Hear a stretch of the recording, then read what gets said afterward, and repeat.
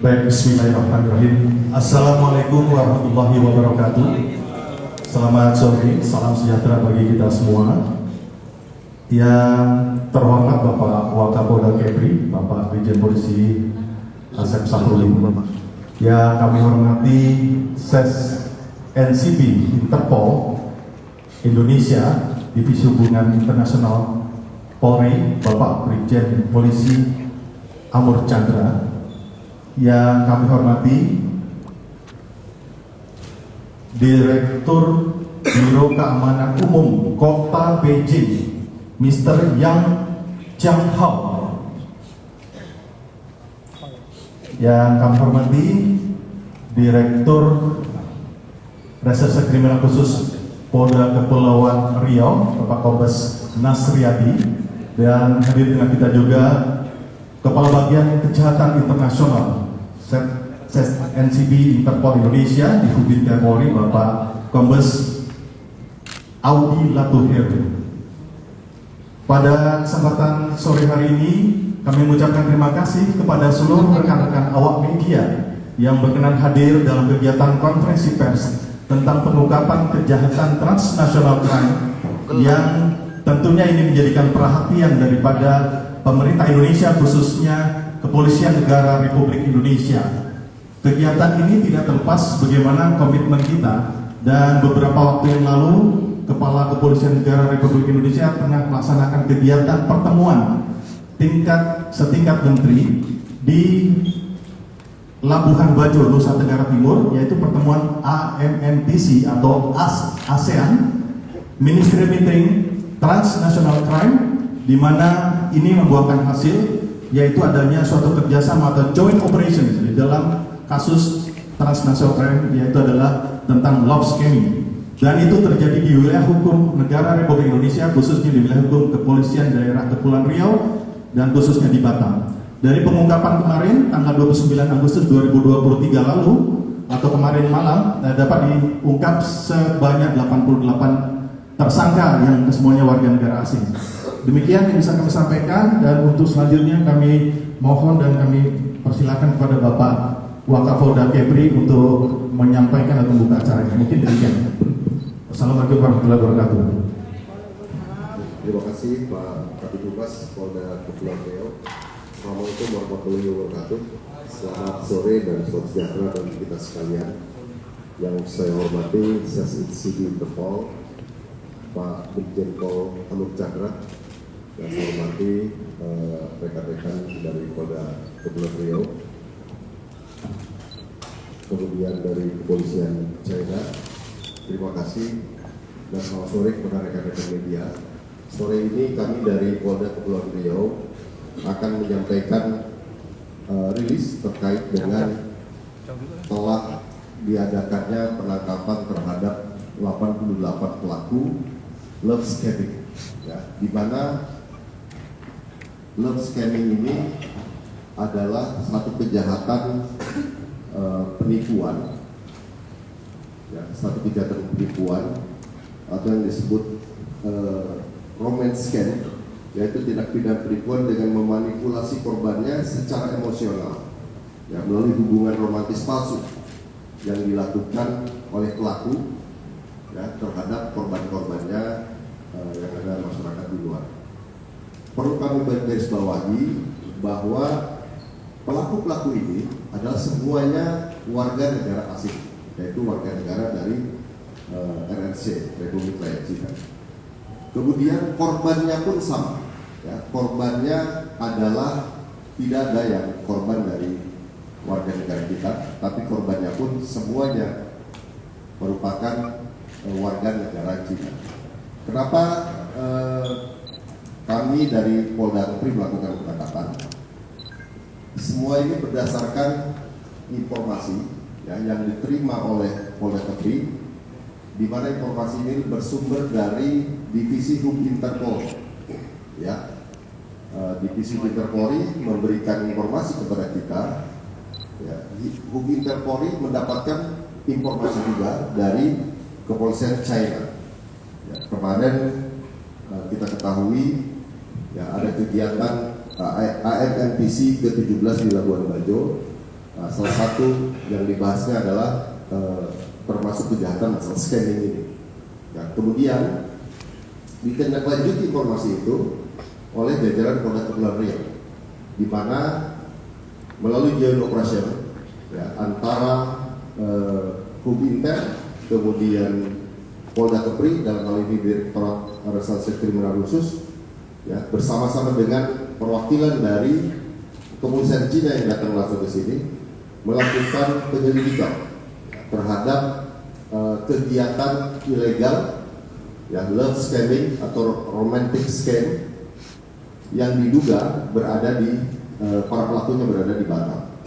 Dari hasil penyelidikan didapatkan memang betul ya, ada satu TKP ditemukan beberapa pelaku yang diduga mereka adalah pelaku love scamming tersebut.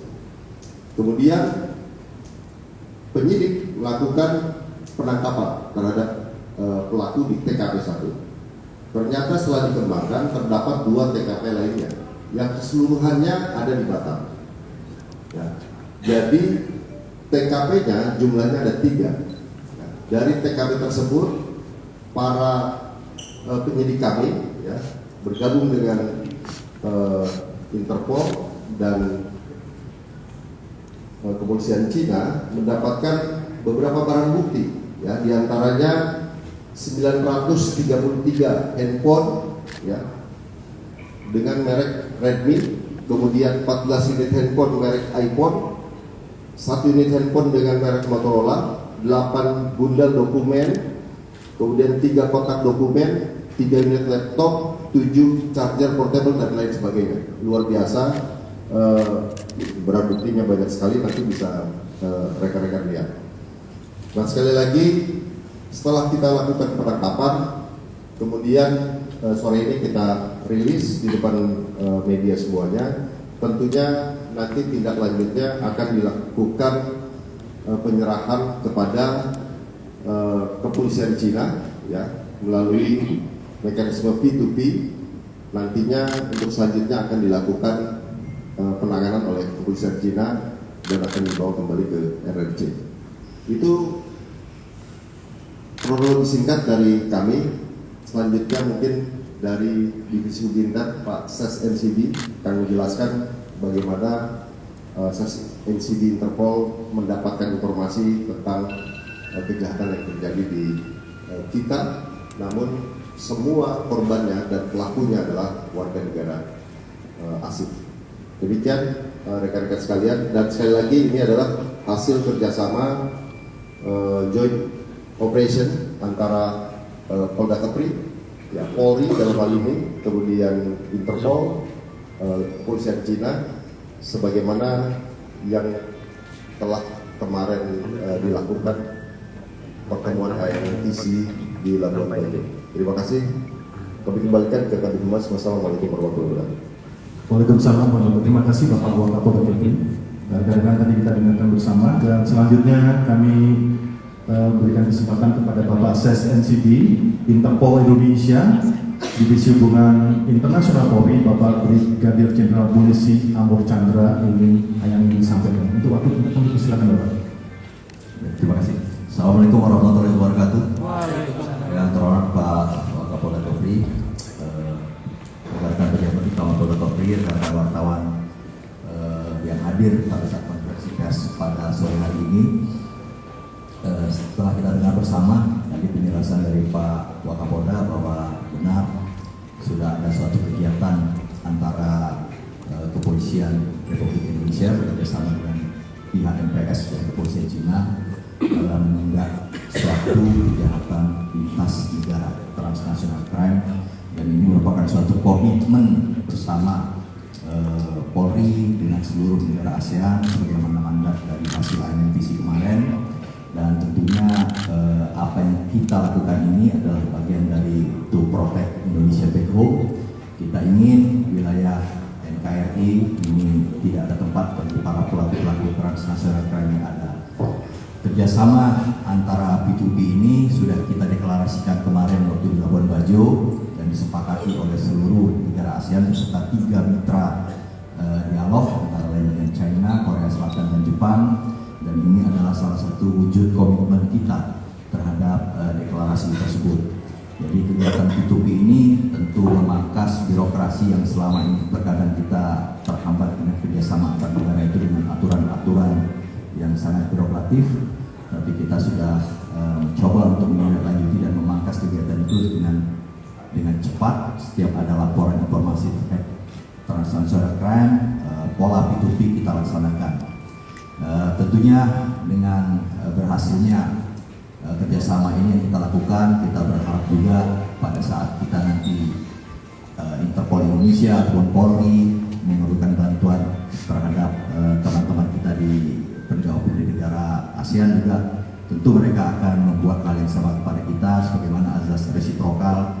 Mereka pasti akan membantu dengan sepenuh hati sebagaimana yang sudah kita lakukan, karena kejahatan transnational crime ini sudah sangat cepat sekali terjadi dan lintas batas, dan ini mungkin baru sebagian kecil saja yang bisa kita deteksi. Kita terus akan kembangkan lagi nanti bersama dengan kepolisian China, kemungkinan ada di tempat-tempat lain, sehingga kita harus yakinkan bahwa Indonesia tidak aman bagi para pelaku transnational crime. Kami di Bumi Polri, Servis Interpol berkomitmen selalu bersama dengan satuan kewilayahan untuk bersama memberantas transnational crime. Demikian yang dapat kami sampaikan. Terima kasih. Baik, terima kasih Bapak Sekretaris Interpol Indonesia, Bapak Brigjen Pol Amur Chandra atas apa yang disampaikan tadi. Semoga rekan-rekan semua awak media dapat memahami apa yang menjadi komitmen kita dalam memerangi kejahatan transnational crime atau kejahatan internasional. Baik, untuk selanjutnya mungkin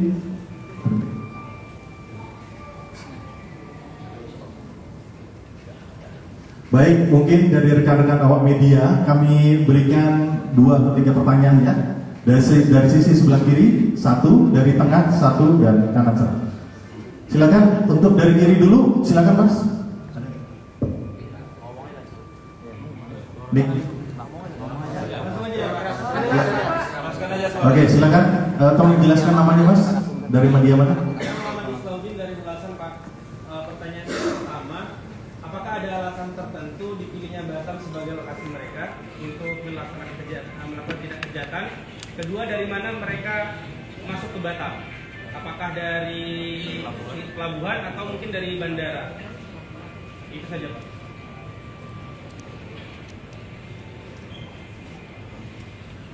Terima kasih pertanyaannya, langsung saya jawab ya. Mungkin Pak Wakabra, Bapak dari sini. Kenapa Batam dijadikan tempat? Jadi tempat-tempat mereka ini adalah kebanyakan tempat-tempat yang berbatasan dengan negara lain. Contoh kemarin ada di daerah Kalbar. Kemudian kalau Jakarta ada sertifikat pelajaran mereka. Batam itu daerah tempat transit yang tempat mereka semudah masuk. Baik itu masuk dari Singapura melalui laut maupun masuk dari Jakarta melalui udara. Jadi beberapa saat kita cek dengan imigrasi, bahwasanya mereka masuk bervariasi. Ada mereka masuk dari Chinese ke Singapura, Singapura ke Batam. Ada masuk mereka Chinese ke Jakarta, Jakarta ke Batam. Jadi artinya mereka menghilangkan berkelompok. Jadi one by one, satu persatu mereka masuk dari segala penjuru yang ada di Batam. Dan kenapa Batam juga? Apabila ada penggerbekan atau apa, mereka mudah kaburnya. Baik itu kabur melalui transportasi udara yang melalui penerbangan internasional, maupun mereka kabur dari beberapa bandara-bandara pelabuhan yang ada di Batam ini. Itu kenapa mereka memilih Batam untuk dari daerah tempat. Terima kasih. Pak, mereka masuk secara legal?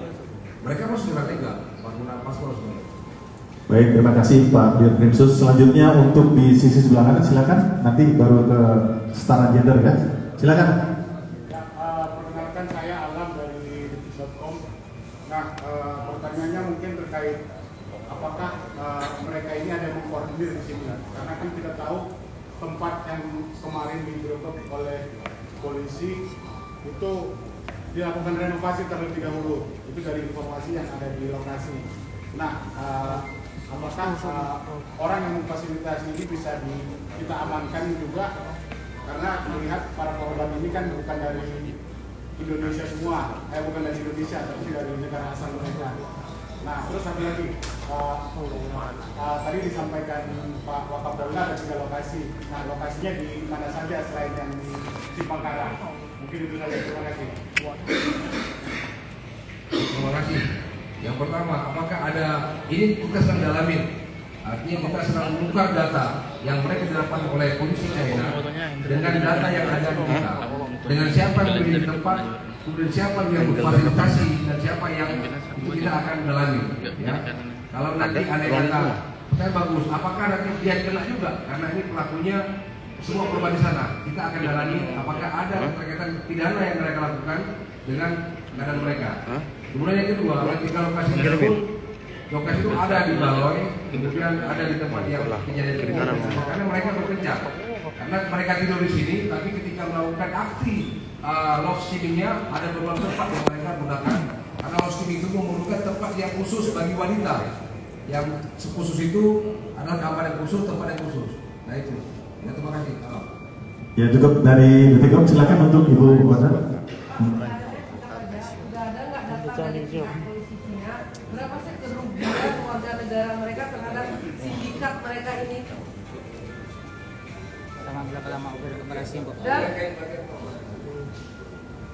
Dan satu lagi Pak, sindikat ini sudah berapa lama mereka menjalankan aksi kejahatannya?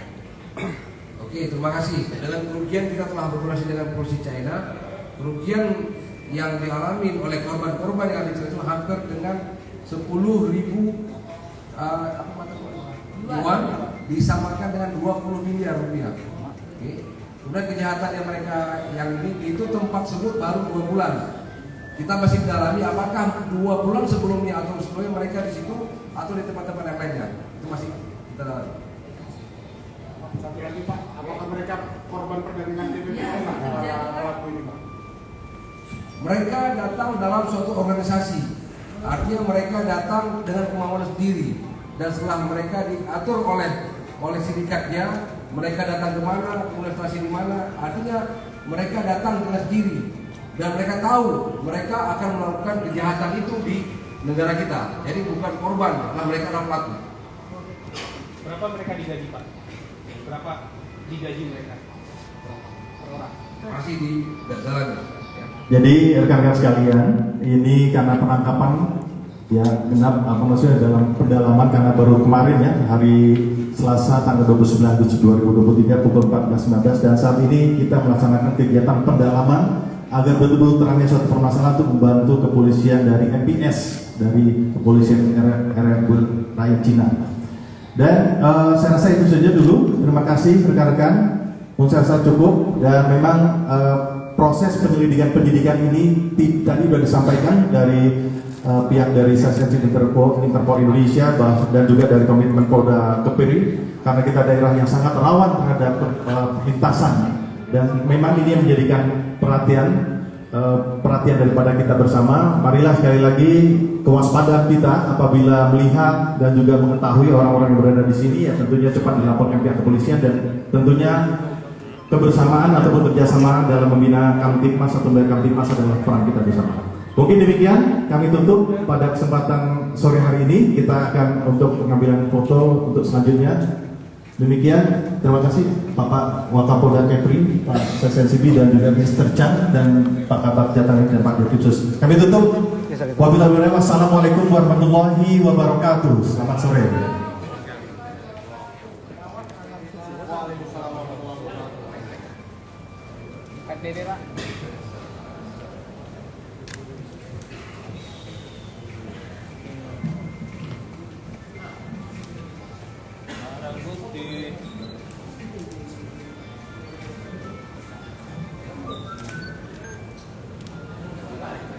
Jadi ini lebih dari 900 handphone yang digunakan dengan peralatan yang ada di depan kita ini adalah barang bukti, alat bukti yang tentunya nanti akan diproses secara hukum dari kepolisian MPS dari China.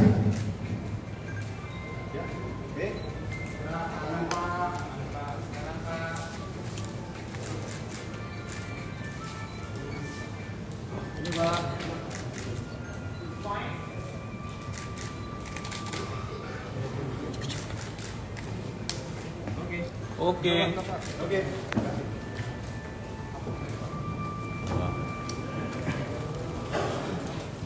Wawancara